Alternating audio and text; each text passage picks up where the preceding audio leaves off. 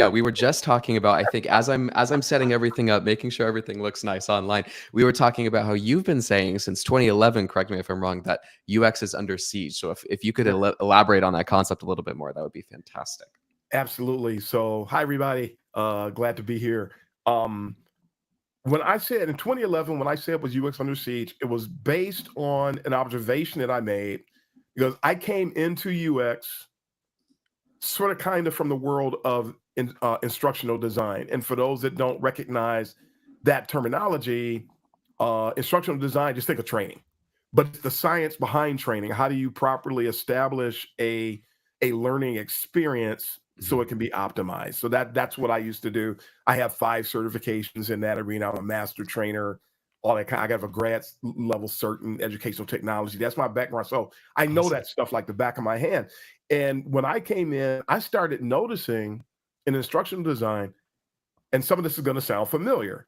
I started noticing that they companies didn't understand instructional design. Leadership didn't understand training and what it took to put together training.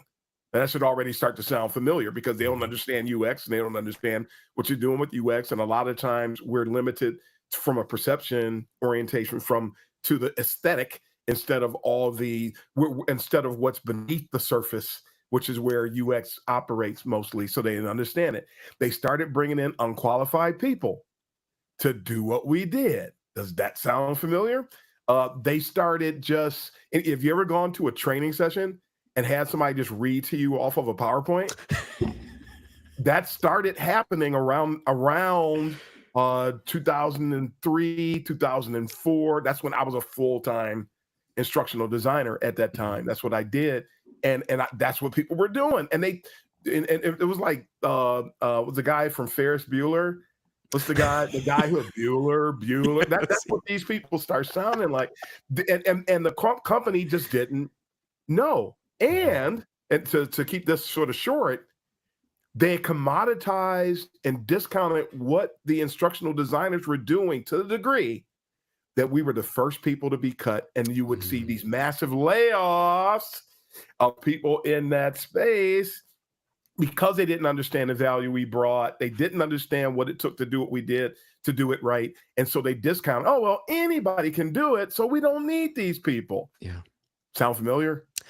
And So, that, yeah, this was like the best intro I think I could have asked for, because I think this ties in perfectly to initially how we even got connected, because you had mhm, originally posted that somebody had rejected somebody from a job application because they didn't have Zeppelin experience. And that, I right. think that I shared that with our crew internally, and they were all like, "Oh no, like what are they talking about? What's going on?" Like, so I'm excited to dive more into this, because like you had mentioned, the Absolutely. pendulum is swinging, and it's a very repeatable cycle and pattern, which Yeah. I'm excited to sort of unearth that with you, which is why I'm super excited to have you on here today. For those of you who are just tuning in, or for those of you who have been here for the last few minutes, enjoying Darren's impassioned speech.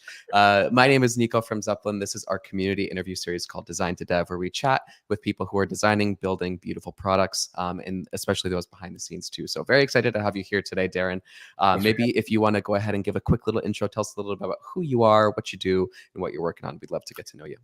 Sure. And thanks for having me. I appreciate being here.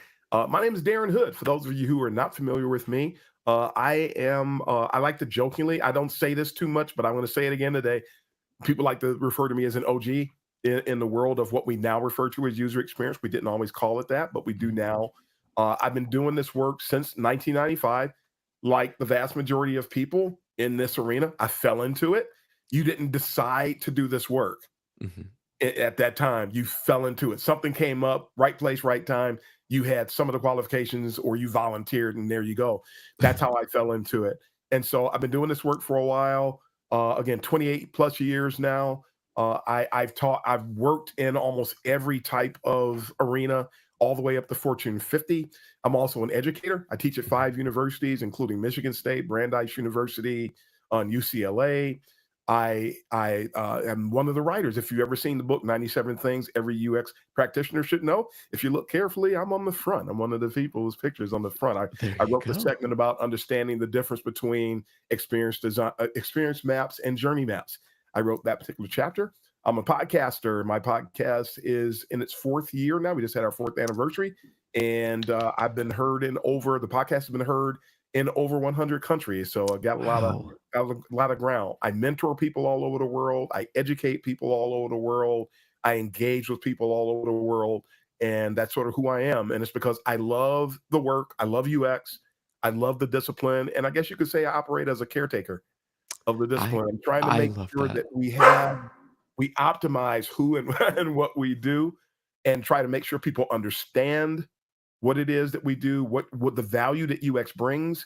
I educate and I help people all over the world understand that component.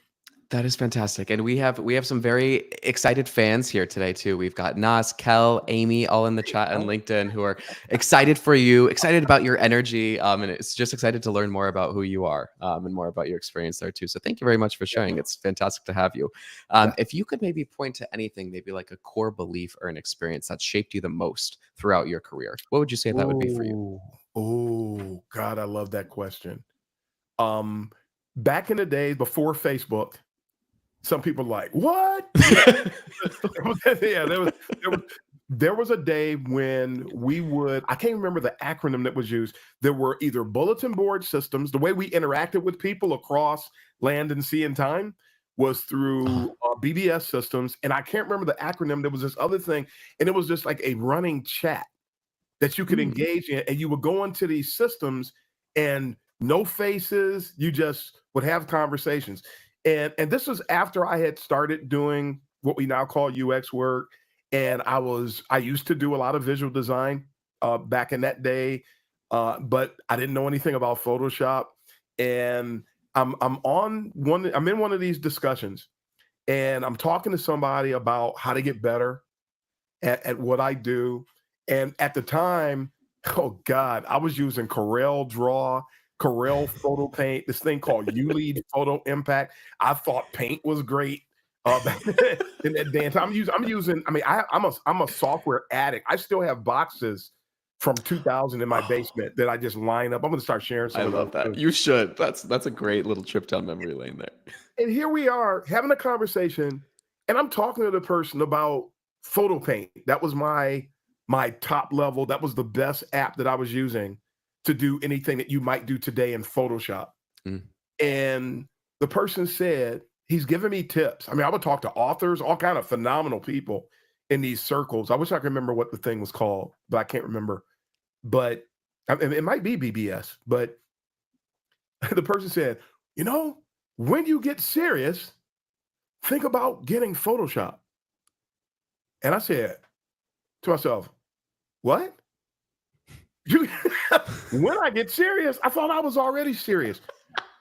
That was, I talk about this from time to time. That was such an eye-opening moment. Mm. And I think I talk about it in my blog post at uxuncensored.medium.com. I think there's a blog post where I talk about there's a nail in your tire, how UXers should embrace constructive criticism. And I think I might talk about it there. I'm not talking about one of them, but I think that's the one that instead of taking offense to the statement, I embraced it. Okay. And I'm like, wow. So what can I do to go to? I'm here talking to people because I want to get better. He just told me what I can do to get better. Mm-hmm. Why am I settling on Corel Photo Paint, which is disappeared into oblivion and only has a cult following today? So I immediately went out, and those were the days when you want software, you go to eBay. There you go. You get the box delivered. It's a whole thing. Yep. And I got my Adobe Photoshop 4.5 SE. That was my advent into the world of Adobe Photoshop.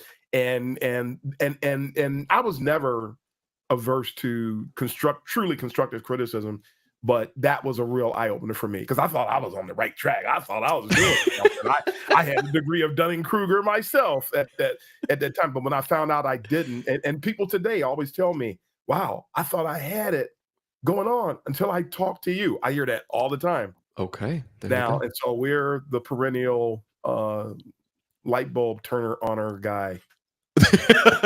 that would be a great LinkedIn headline. The perennial light bulb turner honor guy. I think that would be perfect. If you're looking for a little bit of a rebrand or a refresh there. It changed me completely. I love that. And I think that that's fantastic advice for everybody listening, just to continue to look to those who have done it before, to look to the experts, to figure out, like, truly, how do I better my craft? How can I do this? Which is why very excited again to get all of your insights here for the rest of the session today. So thank you very much. Between now and the rest of the questions, I've got a very quick little segment for you. It's just called overrated or underrated, where I'm just going to throw out a few terms for you, and you can let me know if you think they're overrated, underrated, maybe a little bit about why. But so the first one is design systems. Do you think the concept of a design system is overrated or underrated? Overrated. And if I can add another note, overrated and overstated. Okay. I actually did, on one of my podcast episodes recently, I talked about how that design systems, there's two critical faux pas associated with design systems. And I'm not saying that they're not valuable. I'm just saying that we need to understand a couple of things. Design systems in, say, 2002, you didn't hear anybody talking about design systems. Mm-hmm. We did, however, have the equivalent of design systems inside either a content management system or, and people are like, what is that? That's the thing you use to manage your website. And so you create all of these patterns and all of these pages. Dreamweaver, we would create pages that were applicable to certain sites. Like when you didn't have a full-blown content management system like you see today with Adobe and some of the other offerings, you would actually design pages, and then when it was time to set up certain content on the site, you would apply that template, and then you would, in Dreamweaver, you would assign certain content to go to a certain segment, hit that button, apply it, and then now the design is there. And so now you have uniformity, you have consistency. So you have the equivalent of a design system, but it was not called a design system. So design systems existed. They were just called something different. So the weird thing, the second thing about it is that now what I've seen, and not only did I start saying that UX was under siege in 2011, I also have talked about, and I learned this and started talking about this in 2013, 2014, and cited the biggest thing we learned in 2013 at a speaking engagement I had in 2014 was the number one. They had me do a David Letterman top 10, and I said the number one thing on that list was the rise of the poser. And 120 people live at this event burst out in laughter. They laughed me to scorn. And now today they're going, man, where's that guy who said that? And now these people are like running rampant. They're running departments and everything. But here we are, these people now, a lot of people have used design systems to gain entry into UX roles. This thing that was done pretty much almost in the equivalent of a vacuum in a sense, not literally in a vacuum, but done quick and dirty and didn't require all of this heavy lifting that a lot of people are trying to promote. These people have entire departments, six-figure salaries associated with something that we did like that in the past. I mean, come on. And these people are getting into UX roles because they're going after the gold rush started in 2012 for UX, and they're trying to get these jobs they heard about, that they read about on Forbes, with no love for the discipline, no understanding for the discipline, and design systems, which has done nothing but grow as a career option in the last 5 to 6 years or so in particular, is really under false pretenses. Okay. It really is. And design systems are being created with no heuristic input, with no data. A lot of no research data is going to some of the design systems. So are you really part of UX, or are you just like fronting your way into a UX role?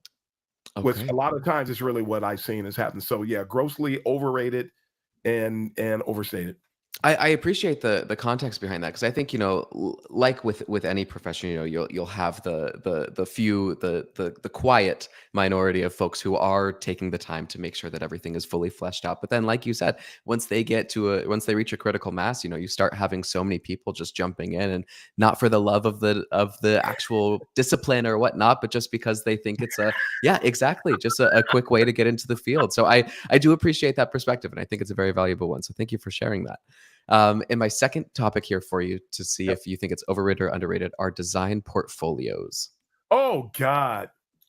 Oh my God. Oh my God. Did you do homework on this before you came? Anyway, the grossly underrated would be an overstatement. I would say asininely overrated.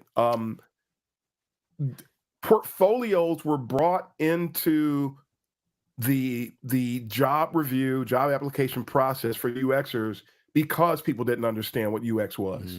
Mm-hmm. If you were an art director or a creative person, a visual designer, you had a portfolio. You were judged by all of this wonderfully beautiful stuff that you did, and the company would make decisions as to whether or not you would join their company based on the beauty, which is always subjective, by the way, For sure. of what was in your portfolio.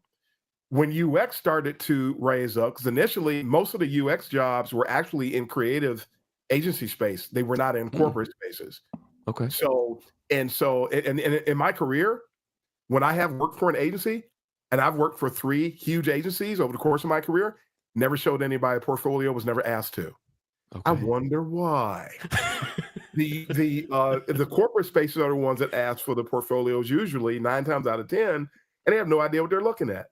Mm, And they're asking people who spend most of our time beneath the surface sure. to present something that generates, is one of my peers call it, and I absolutely love it, and I say it all the time. It turns the portfolio review as nothing. May as well call it a beauty contest, because that's what it is. Mm-hmm. That's what it is. If a real UX person presents their work, it's a bunch of ugly stuff. I had to tell a story to bring some color to this. I Sure. worked for a ridiculous company once. I'll call them that. They were terrible, and yeah, they were just terrible. And I, being the team player I am, hey, we need wireframes for this. You know what? I've got some bandwidth. I can help you out with that. Why did I volunteer for that? Nico, why did I volunteer to help people that don't understand what I was trying to volunteer for? And so I did the wireframes for this, but I did ask, you folks do know what wireframes are, right? Sure. I wanted to make sure, because some people use the term mock-up and wireframe interchangeably. Oh, yes. So so you do know, oh yeah. But I said, wait a minute, the way they said that, something, I'm just gonna ignore that red flag I just perceived, and just go on and do the work and help the team out. I'm a team player. And so I did the wireframes. They got the wireframes, never asked me to present them internally. So we never had an internal review before we went to the client. Took my wireframes, went before the client, and then came back to me later and said, the client was underwhelmed by your wireframes. Everybody's underwhelmed by wireframes. There's no why people don't go, ooh, nobody looks at all the grayscale boxes and arrows. It's excited. So I shared that story to say this. A real UX portfolio consists of all this beneath the surface stuff. Everybody's seen the classic illustration with what's really UX, and you see this iceberg, and there's a little part that's tipped over the top, and the rest of it is UX. That's what it is. So that should be what's in a UX portfolio. But that's not what's happening. And people are competing based on aesthetics. And then on top of that, the people reviewing the portfolios don't know what they're looking at. So they're just, and then they go with what's the most beautiful thing. The person who got selected was faking it till you made it anyway, so they don't care. And nobody's going to turn down a paycheck. So it's a whole bunch of people just doing a dog and pony show. That's a complete joke. It's a jaded currency that is only applicable because people take us for visual designers, or they try to judge us based on aesthetics. When it's not about the aesthetic, it's about the problem solving. It's about the critical thinking, is where UXers are supposed to live. And the visual design and the tools that we use and things of that nature are only like an add-on. They're a supplementary element that doesn't really tell you it's really not speaking to what's going on. So it's really sad but I just referred to portfolios yesterday as a necessary evil. Okay. There you go. They're a necessary evil because people don't understand. But when you are talking to somebody that does, like when I've been a hiring manager, I don't look at portfolios. I'm going to have a conversation. Now, if you can't really have a conversation, that says more than what your portfolio does, and then I've written people off. There you go. I appreciate the approach there too, because like you said, for pure UX, it's so much, but below the surface. It's you're making the thing work. You're not doing anything to make it pretty. And so I really do appreciate that perspective. I especially appreciate the perspective that you shared about, the problem solving and whatnot. So Yep. what are some of those best skills that designers can learn today that they can take with them, regardless of the tooling, regardless of anything else? Oh my God, what skills? Analytical skills, synthesis. There's an illustration that I have in the wild. I'll challenge people. Go to images.google.com. I'm saying this because I know it's a fast way to find it, and I'll Uh-huh. summarize it this way. And look for Darren Hood landscape of UX, and you will see an illustration will come up, and it has UX in the center, and then you'll see it first. You'll see all these little sprinklings of words about, and it's that illustration that I use to explain to people what UX really is. So when you say UX, which is actually a moniker, Mhm. UX is a moniker. When you say UX, you're not saying one thing.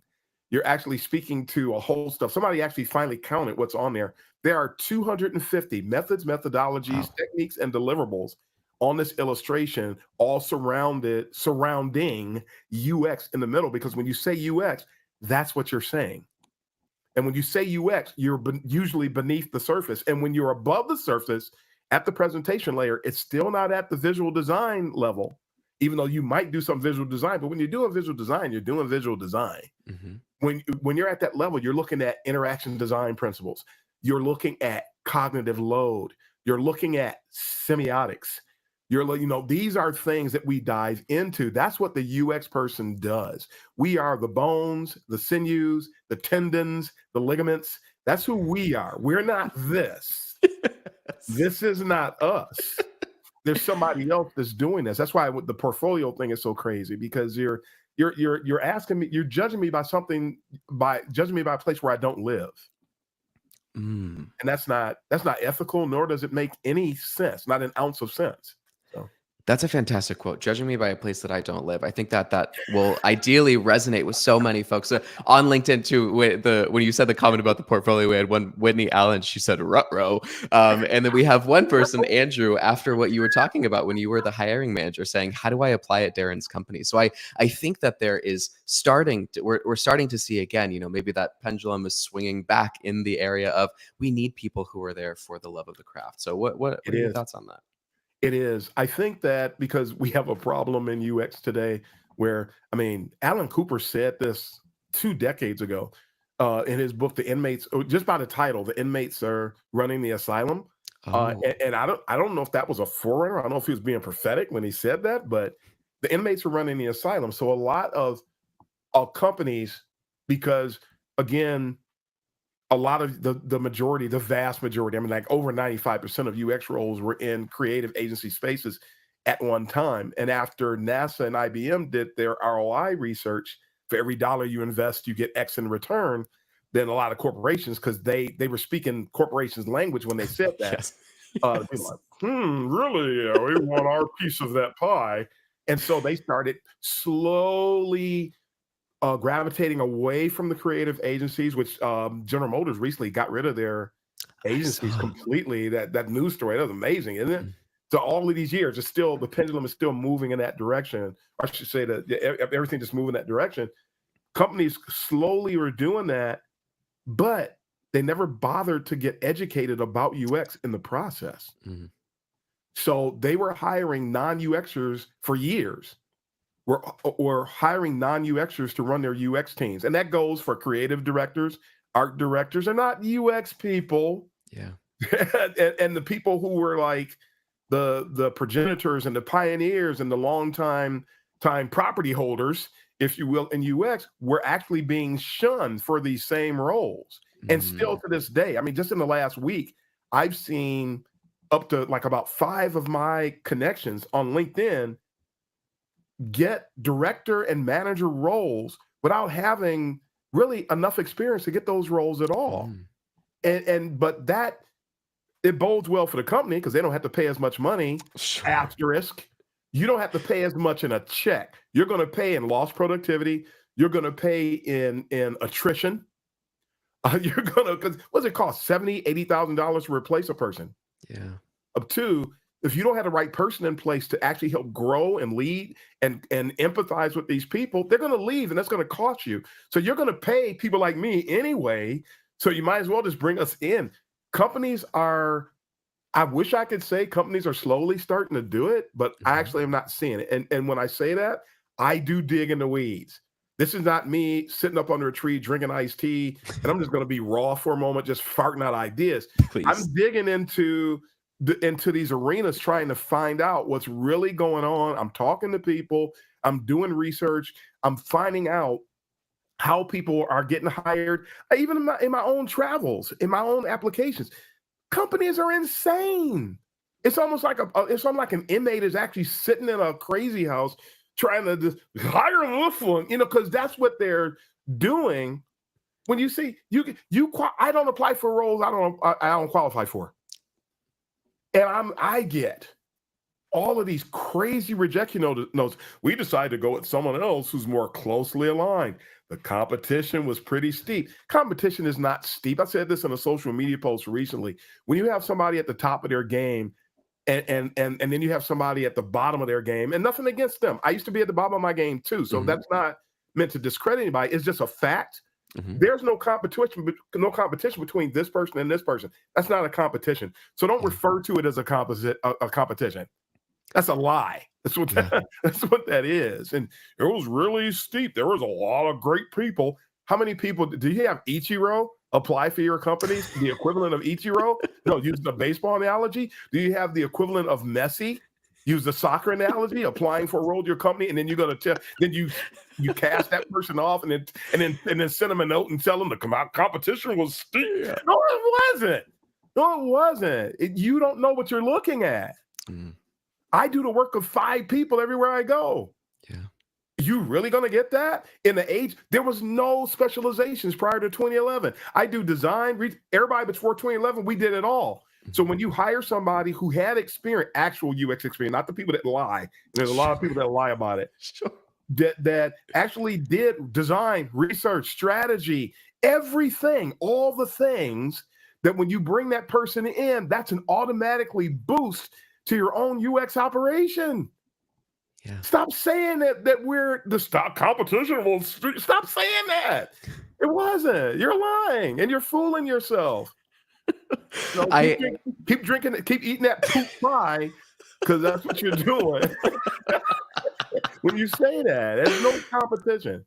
I really appreciate the candor, your honesty here, and so do so many of the folks that are tuned in right now. The comments are fantastic, so I really do appreciate it. I think these are the conversations that are necessary to do that, and being mindful of the time too. We're almost at the end here. I want to be able to spend the next few minutes going over, what do you think is the solution to this? How do we move forward? What does the future of this look like? Ironically, I will be in Austria talking about this in October. Okay. I will be speaking on the topic of how do we triage the discipline of UX, and I'll give you just a little bit. Give us a little nugget. Yes. Some people are familiar with the talk I did. You can find it on YouTube. I have Kaizen UX YouTube channel. You can find it there. I did a talk called the UX Cycle of Excellence. And there's a 7-step process for anybody, no matter where you are in your journey, to manage your UX journey. And the first 2 steps involve properly defining the discipline. That's 1. Number 2, ground yourself in the fundamentals of the discipline. If everybody did that, do you realize how much accord we would be on? Because you got so many of us, you say something about fundamentals in some circles, and people say, that's old school. Every discipline on the face of the earth has fundamentals. That's asinine. Yeah. And you hear people saying, you know what? I think we should embrace fundamentals, and that will take us up. I saw somebody say this yesterday. And I'm going, what do you mean embrace? How long you been doing this? And now you just got that idea. Come on now. Acknowledge the fact that you're going back. Yeah, that's fine. If you miss something, if you lack something, if you look down, you ever gone to work when we were all working and we weren't doing all this remote stuff? You ever gone to work or like got dressed in the dark? Let me back up. Got dressed in the dark and got to work and found out you had on mismatched shoes. You ever done that? I did. And so I mean, I just took a picture of it and I posted it on social media. I said, "Yep, rough morning," and just got some laughs out of it. We are so